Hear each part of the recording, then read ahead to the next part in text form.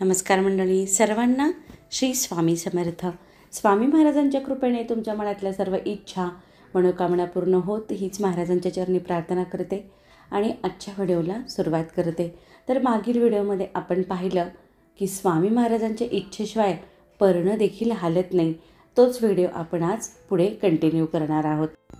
दत्तमालामध्ये स्वामी महाराजांचे एक वाक्य आहे, ज्या ज्यावेळी तुम्ही माझे स्मरण करता त्या त्यावेळी तुमची मी गुप्त रूपाने मदत करत राहणार आहे. पण ते कधी, तुमची गुप्त रूपाने मदत कधी करणार? त्याचे स्मरण ठेवल्यानंतर. त्यांचे स्मरण जोपर्यंत आपण ठेवणार तोपर्यंत स्वामी महाराज आपली गुप्त रूपाने मदत करणार. जसे की जोपर्यंत बँकेत बॅलन्स शिल्लक आहे तोपर्यंतच आपला चेक वटत राहतो. ज्या दिवशी आपला बॅलन्स संपतो त्या दिवसापासून आपले चेक वटत नाही. तसंच नामस्मरणाचं आहे. तुमच्या अकाउंटमध्ये नामस्मरण रूपी बॅलन्स नसेल तर तुमचा चेक वटणार नाही. त्यासाठी नामस्मरण रूपी बँक नेहमी भरलेली हवी आहे. बरेच स्वामी समर्थ सेवेकरी दत्त महाराजांना दत्त अवतारी म्हणून संबोधताना ऐकतो. पण स्वामी समर्थ महाराज दत्त अवतारी नसून प्रत्यक्ष दत्त महाराजच आहेत. तर मुख्याध्यापकाला आपण मुख्याध्यापकच म्हटलं पाहिजे. जे त्यांना शिक्षक म्हणून चालत नाही ना, त्याच पद्धतीनं आपण स्वामी समर्थ महाराजांना प्रत्यक्ष दत्त महाराज म्हणूनच संबोधलं पाहिजे. स्वामी समर्थांपुढे कोणतीही वाईट शक्ती कधीही टिकत नाही.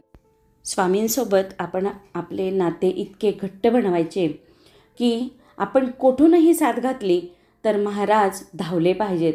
आणि प्रत्यक्ष महाराज धावतात आपलं नातं घट्ट झाल्यानंतर. याचे दाखले गुरुचरित्रामध्ये देखील दिलेले आहेत. गुरुचरित्रातील 14वा जो अध्याय आहे त्यामध्ये सायनदेव जे होते त्यांच्या मदतीला सद्गुरू धावून आले. यवन असेपर्यंत तुझ्या अंगाला ही झळ लागणार नाही असे स्वामी म्हणतात. हा अध्याय जो आहे तो मेरुमणी आहे गुरुचरित्र पारायणातील. तुम्ही ज्या वेळेला घराच्या बाहेर पडता त्यावेळी 14वा अध्याय वाचूनच बाहेर पडायचं आहे.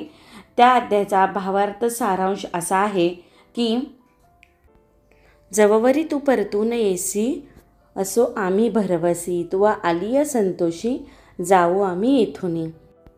म्हणजे जोपर्यंत तुम्ही परतून येत नाही तोपर्यंत तुमची संपूर्ण जबाबदारी ही आमची आहे. म्हणून 14वा अध्याय हा मेरुमणी मानला गेलेला आहे. तुम्हाला रोज वाचायला जमलं नाही तर तो अध्याय उघडून त्यावरती फक्त बोटं फिरवायची आहेत.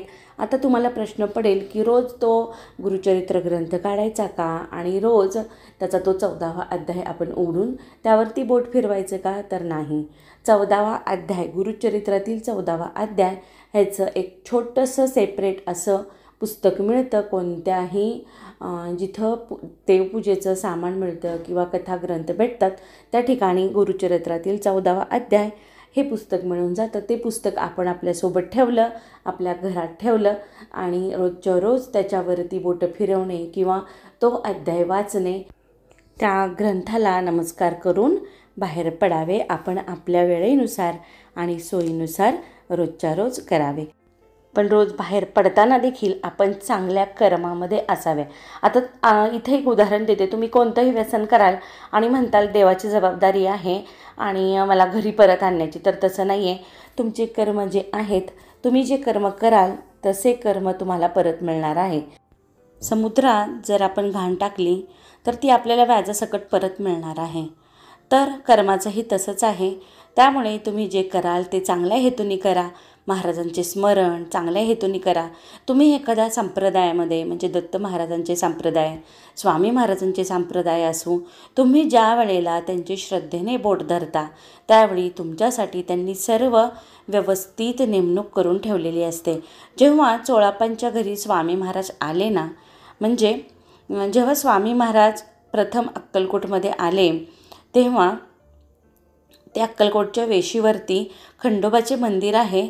त्या मंदिराच्या तिथे एक कट्टा होता. आता सध्या तिथे स्वामी महाराजांच्या पाऊतका आहेत. त्या कट्ट्यावर महाराज 3 दिवस बसून होते आणि एक यवन व्यक्ती ती रोज महाराजांना पाहायची आणि इथे कोणीतरी महाराज बसले आहेत आणि स्वामी तेव्हा पूर्ण दिगंबर अवस्थेत होते. त्यांनी स्वामींना विचारले की चिलीम पियोगे? स्वामींनी उत्तर दिले की तुम पिलाओगे तो हम पिएंगे. म्हणून रिकामी चिलीम जेव्हा स्वामींच्या हातात दिली ना, तर हातात दिल्यावर स्वामींनी आपोआप अग्नी प्रज्वलित केला. त्या यवन व्यक्तीला देखील चूक कळून आली की ही एक व्यक्ती कोण जी आहे ना, ती काहीतरी अद्भुत आहे म्हणून. महाराजांची जी ख्याती दूर दूर पसरत गेली. त्यामुळे महाराज भुकेले होते आणि त्यावेळी प्रथम ते चोळाप्पाच्या घरी आले. चोळाप्पा जेव्हा महाराजांच्या पुढे आले तेव्हा महाराजांनी एकच प्रश्न केला, अरे चोळ्या, कुठे होतास? चोळाप्पांना माहीत नव्हते की हे कोण आहेत. तेव्हा त्यांचे घराणे जे होते ना, ते खूप परोपकारी होते, परोपकारी वृत्तीचे होते. स्वामींचे आणि त्यांचे 7 जन्माचे नाते होते. त्यांची एक सवय होती, ती म्हणजे दारात कोणी जरी आलं ना, तर फकीर येऊ, बाबा येऊ, त्यांना ते जीव घालायचे. आणि त्या यवन व्यक्तीने स्वामींची चेष्टा केली. त्या माणसानेच स्वामींची आणि चोळाप्पांची भेट घडवून दिली. आणि महाराजांनी जेव्हा विचारले ना की चोळाप्पा तू कुठे होतास, तेव्हा त्यांना काहीच आठवले नाही. मग महाराजांनी त्यांच्या डोक्यावर हात ठेवला, म्हणजे वरदहस्त ठेवला, आणि त्यांना मागच्या 7 जन्माचे आठवले. ही सर्वात मोठी अनुभूती आहे. नुसतं डोक्यावर हात ठेवण्याने मागच्या 7 जन्माची आठवण झाली चोळाप्पा महाराजांना स्वामींचे आणि त्यांचे नाते काय आहे ते.